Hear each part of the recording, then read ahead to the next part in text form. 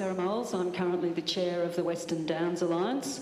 I have been the Environment and Conservation Representative on the Queensland Great Artesian Basin Advisory Council and the Great Artesian Basin Coordinating Committee for about 10 years.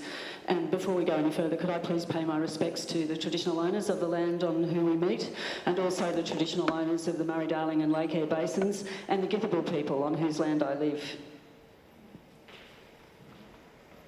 Thank you. And can you please tell us briefly about the Great Artesian Basin and why it's important? Briefly is difficult.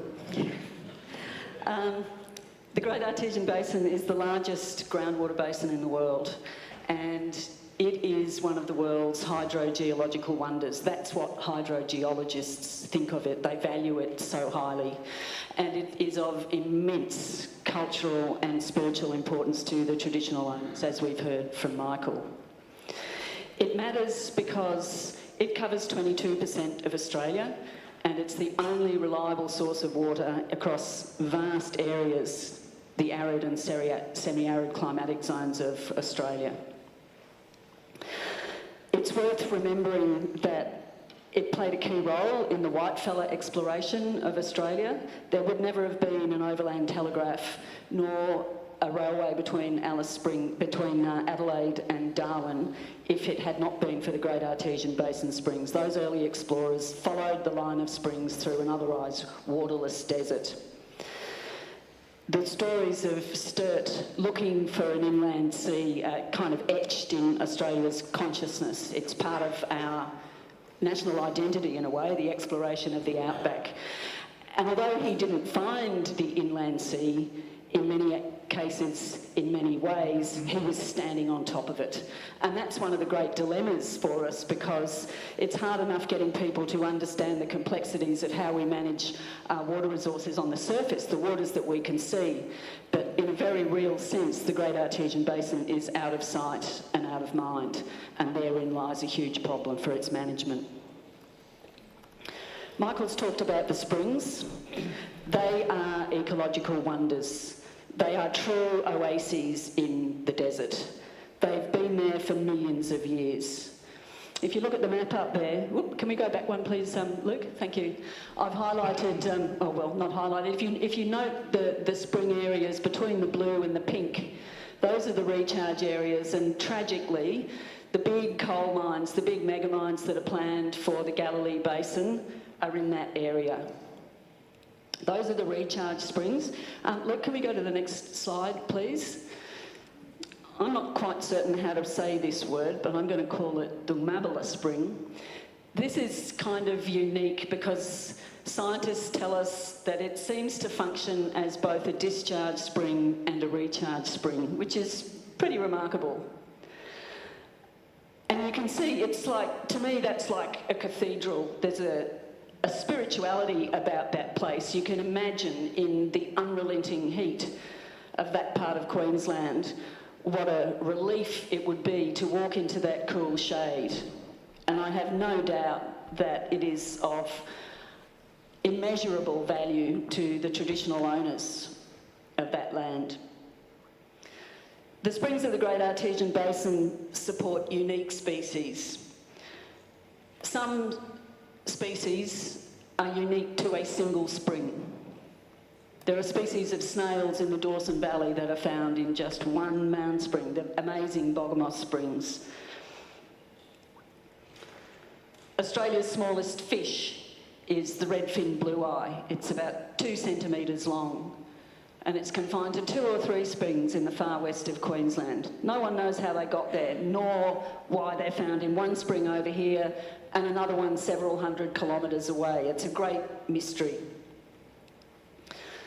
There's been a lot of research done into the Great Artesian Basin over the last 5 to 10 years, and until some of the most recent research came in, the last Researchers Forum was in 2013, I think, the Great Artesian Basin had been understood to be in a steady state, that water coming in the recharge area was pretty much the same as the water going out in the discharge areas. But what the recent research found was that it's not in a steady state. It is a declining resource. It's a finite resource. And whilst the water is crucial, pressure is even more crucial because it's pressure that makes it artesian. We will never run the Great Artesian Basin out of water, but we can stop it coming to the surface under its own pressure. And when that happens, the springs will die. Springs have already died because of the loss of pressure from thousands of uncontrolled bores. The first bore was drilled near Burke in New South Wales in 1878, and by 1939, I think, there were something like 1,500 uncontrolled flowing bores, 34,000 kilometres of open bore drains, 95% or thereabouts of which the water in them was being wasted by seepage and evaporation. It wasn't until 1954, even though governments recognised that there was a problem, that we were wasting all this water and that the pressure was disappearing, it wasn't until 1954 that the states agreed that they should do something about it and try and figure out why. And it wasn't until South Australia, appropriately the driest state on the driest continent, showed the way by starting a bore rehabilitation strategy back in 1977. So there was some action, but by the mid-1990s, 2/3 of the water being taken out of the Great Artesian Basin was still being wasted in open bore drains and from free-flowing bores, and the pressure was still falling. It takes a really long time for governments to agree that there's a problem, to agree to do something about it, and then to agree what that should be. So it wasn't until 2000 that the Great Artesian Basin Consultative Committee, as it was then called, developed a strategic management plan, and a program that was known as GABSI, the Great Artesian Basin Sustainability Initiative, started the process of capping free-flowing bores and piping the bore drains. And the SMP, the Strategic Management Plan, lasted for 15 years, so it expired last year. By that time, 676 bores had been capped and 14,000 kilometres of bore drains had been closed. But we have 537 bores still to cap and about 6,700 bore drains still flowing, still needing to be piped and water pumped into troughs and so on. Can we click to the next slide, please, Luke? This is a discharge spring in the northeast of South Australia. It's quite a remarkable place. And there's something very counterintuitive about being in a place and looking for water, and for most of us, we understand that water is always in the lowest point of the landscape. But when you go to this place, in the conservation park, the water is actually on top of the hills. And that's because you can see another mountain spring in the distance there. All the soil in between has blown away over millions of years. And so white people were trying to find their way through this and looking for water, and the last place they expected to find it was up on a hill. So, the Great Artesian Basin Sustainability Initiative, GABSI, has done some great work, and in some parts of the basin, pressure has been restored. But then along came unconventional gas. Can you click to the next slide, please, Luke? Oh, okay, I'll go back a step. So these were the threats that the Strategic Management Plan were trying to address. Sorry, can you go forward again? Yep.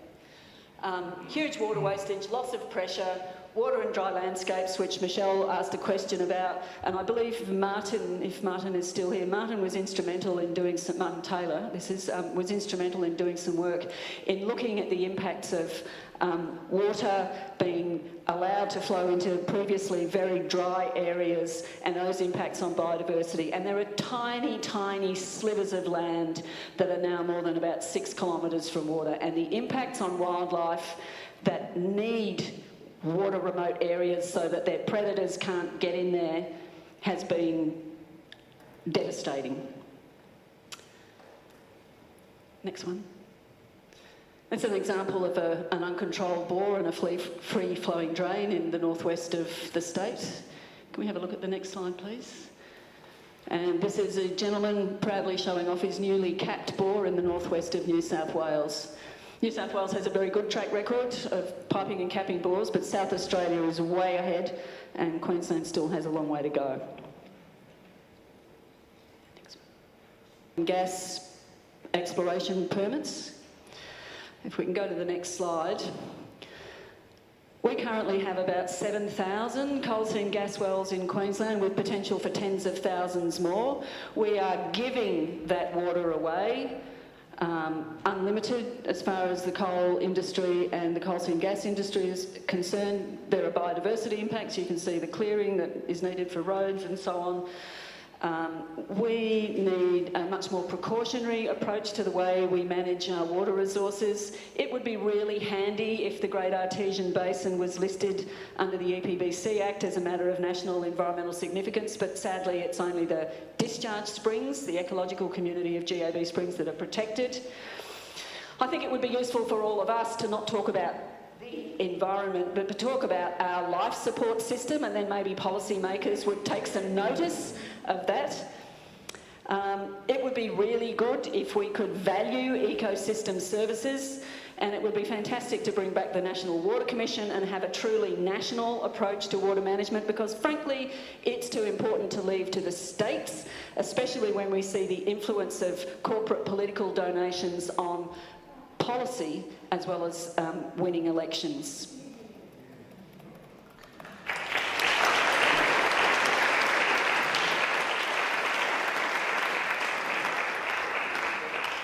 My first starting point would be a moratorium on coal seam gas and other unconventional gas in Queensland, and an end to the statutory right to groundwater for mining companies.